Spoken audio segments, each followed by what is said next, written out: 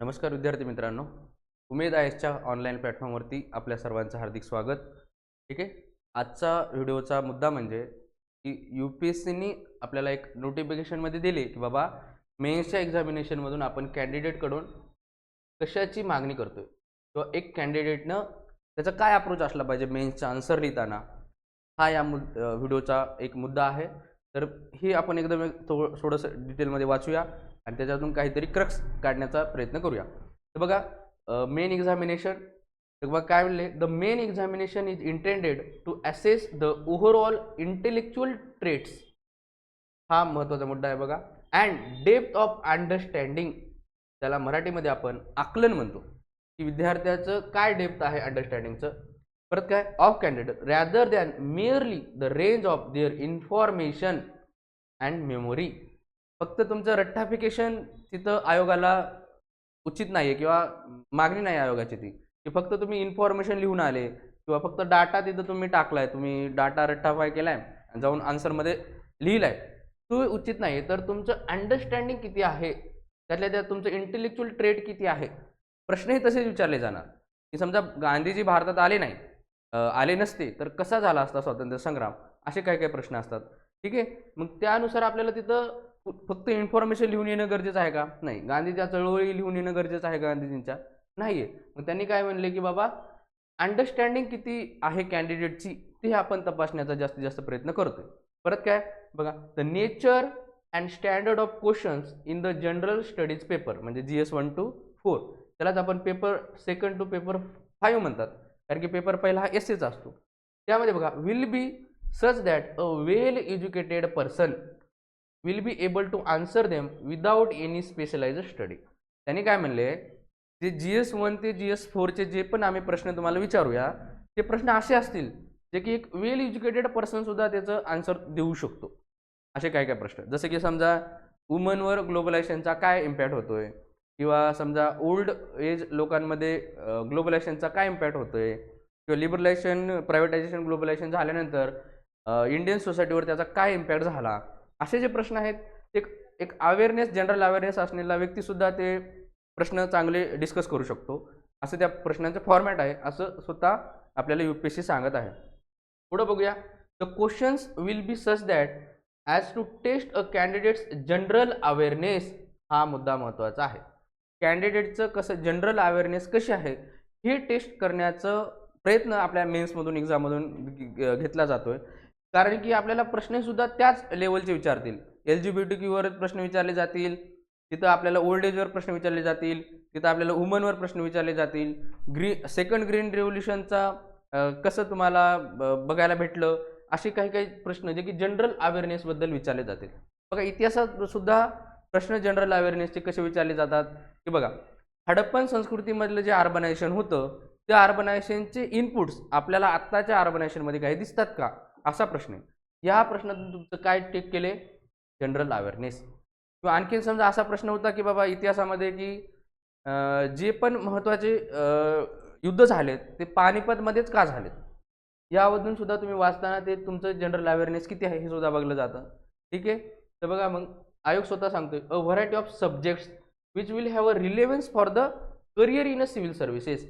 ते प्रश्न तुम्हाला असे विचारले जातील, तुमच्या त्या प्रश्नांमधून तुमचं जनरल अवेअरनेस टेस्ट केली जाईल आणि ती जनरल अवेअरनेस तुमच्या सिव्हिल सर्व्हिसेसच्या करिअरमध्ये त्याचा खूप मोठा इम्पॅक्ट आहे, असं स्वतः आयोग म्हणतोय. बघा, the questions are likely to test the candidate basic understanding of all relevant issues. लक्षात घ्या, अंडरस्टँडिंगवर जास्त आयोगाचा भर आहे. परत कशाची अंडरस्टँडिंग, जे मेन इश्यूज आहेत समजा सोसायटीमधले किंवा आपल्या जनरल इकॉनॉमीमधले, पॉलिटीमधले, त्याच्यावर प्रश्न विचारले जातील, ॲग्रिकल्चरमधले. ठीक आहे. मग ते इश्यूजबद्दल त्या एका कॅन्डिडेटचे जनरल अवेअरनेस किती आहे, तो त्याला सोल्युशन देतो का. म्हणूनच कसं आहे माहिती आहे का, आन्सर रायटिंगमध्ये करताना समजा जर आपल्याला ॲग्रीचे प्रॉब्लेम्स विचारले असतील तर ते नुसते प्रॉब्लेम लिहून येणं उचित नाही आहे. ते प्रॉब्लेम तुम्हाला अंडरस्टँड झाला आहे, ठीक आहे, तुम्ही ते प्रॉब्लेम सांगितलं आहे, पण त्या प्रॉब्लेमवरती सोल्युशन काय आहे हे सुद्धा आपल्याला देणं गरजेचं आहे. बरोबर की नाही. म्हणजेच काय, आयोग तुमच्याकडून प्रॉब्लेम अंडरस्टँड करणं, परत त्या प्रॉब्लेमवर काय सोल्युशन असू शकतात हे आपल्याकडून तपासून घेतोय. म्हणून काय, आपण कधी लिहिताना बघा, जर आपण इथं प्रॉब्लेम लिहिले असतील तर त्याच्या खाली लगेच आपल्याला त्याबद्दल सोल्युशन देणं खूप गरजेचं आहे. चला पुढे बघूया. And take a view on conflicting socio economic goals. ठीक आहे, ऑब्जेक्टिव्ह अँड डिमांड्स. स्वतः आपल्याला UPSC सांगते की बाबा त्या विद्यार्थ्याचं काय दृष्टिकोन आहे सोशो इकॉनॉमिक कॉन्फ्लिक्टिंग गोल्सबद्दल. समजा आता कसं हा मुद्दा डिस्कस करायचा झाला तर कसं, समजा असा प्रश्न विचारला गेला, इन्व्हायरमेंटल सस्टेनेबिलिटी आणि इकॉनॉमिक डेव्हलपमेंट ह्या दोन्ही गोष्टी तुम्हाला बॅलन्स करायच्या, तर तुम्ही कसं बॅलन्स करणार? बरोबर आहे, इकॉनॉमिक डेव्हलपमेंट राष्ट्राच्या विकासासाठी गरजेचंच आहे, परंतु त्यासोबतच इन्व्हायरमेंटल सस्टेनेबिलिटी सुद्धा गरजेचे आहे. मग हे दोन कॉन्फ्लिक्टिंग इश्यूज आहेत, बरोबर. मग ह्याला तुम्ही कसं बॅलन्स करणार असं आयोग तुम्हाला विचारतो, किंवा आयोगाला तुमच्याकडून ती इंटेलेक्च्युअल ट्रेट पाहिजे, ती तुमची अंडरस्टँडिंग पाहिजे, ना की फक्त तुम्हाला 17पैकी 17 सस्टेनेबल डेव्हलपमेंट गोल्स पार्ट आहेत हे नाही पाहिजे तिथं. ठीक आहे, परत काय, the candidate must give relevant, meaningful आणि ससिंट आन्सर्स. महत्त्वाचे बघा, रिलेव्हंट उत्तर तुम्ही देणं गरजेचं आहे. जे प्रश्न विचारला त्याबद्दल एकदम रिलेव्हंट कन्साइजली तुम्ही उत्तर लिहिणं गरजेचं आहे. परत काय, मिनिंगफुल असलं पाहिजे, बरोबर. जे पण सोल्युशन तुम्ही देताय ते लॉजिकल असलं पाहिजे, ते लिगल असलं पाहिजे, ते प्रॅक्टिकल असलं पाहिजे सोल्युशन, असं स्वतः आपल्याला UPSC सांगत आहे, बरोबर. हे झालं आपलं GS1 GS4. बघा ऑप्शनलबद्दल सुद्धा UPSCनं आपल्याला हिंट दिलेली आहे, लक्षात घ्या. बघा, the scope of syllabus for optional subject papers, म्हणजे पेपर 6 पासून ते पेपर 7 पर्यंत for the examination is broadly of honours degree level. आले का लक्षात? म्हणजेच काय, level of higher than bachelor's, म्हणजे जी आपली बॅचलरची डिग्री असते त्याच्यापेक्षा थोडं त्याची लेवल काय असेल, हाय असेल.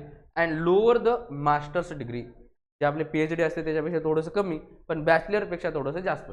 यातून आपल्याला काय हिंट भेटते की बाबा ऑप्शनलचे उत्तर आपण लिहिताना डिग्रीच्या लेवलचे उत्तर लिहिणं आपल्याला थोडंसं अपेक्षित नाही आहे. आले का लक्षात? ऑप्शनलचे उत्तर लिहिताना त्याच्यातून आपलं थोडंसं बॅचलर डिग्रीच्या वर आपण थोडं नॉलेज आहे, आपल्याला अंडरस्टँडिंग आहे, हे त्या आपल्या ऑप्शनलच्या उत्तरातून दिसलं पाहिजे, असं स्वतः आपल्याला UPSC मागते. परत काय,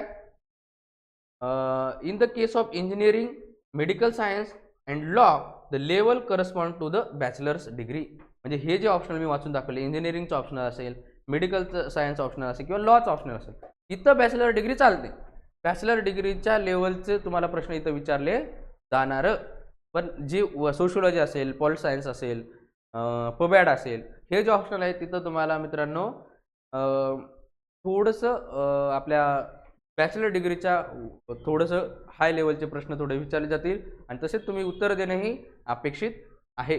ठीक आहे, तर यावरून तुम्हाला समजलंच असेल की आपल्याला UPSC आपल्याकडून काय डिमांड करत आहे. ठीक आहे, तर हा व्हिडिओ बनवायचा एकच हेतू होता की आपण खूप जण UPSCचे नोटिफिकेशन वाचत नाही, बरोबर. ते नोटिफिकेशन वाचल्यानंतर आपल्या डोक्यामध्ये क्लॅरिटी होऊन जाते की बाबा आपल्याला काय टाईपचे आन्सर्स लिहायचे, काय टाईपचे आपल्याला अंडरस्टँडिंग करायची, की आपण अभ्यास करताना सुद्धा आपल्याला काय डोकं लावून अभ्यास करायचे, किंवा कन्सेप्च्युअल क्लॅरिटी किती महत्त्वाची आहे, की नुसतं फॅक्ट रटण्यापेक्षा त्या सर्व गोष्टींचं मूलभूत माहितीच UPSCने स्वतः त्यांच्या नोटिफिकेशनमध्ये दिलेली आहे. ठीक आहे, हेच एक हेतू होता हा व्हिडिओचा.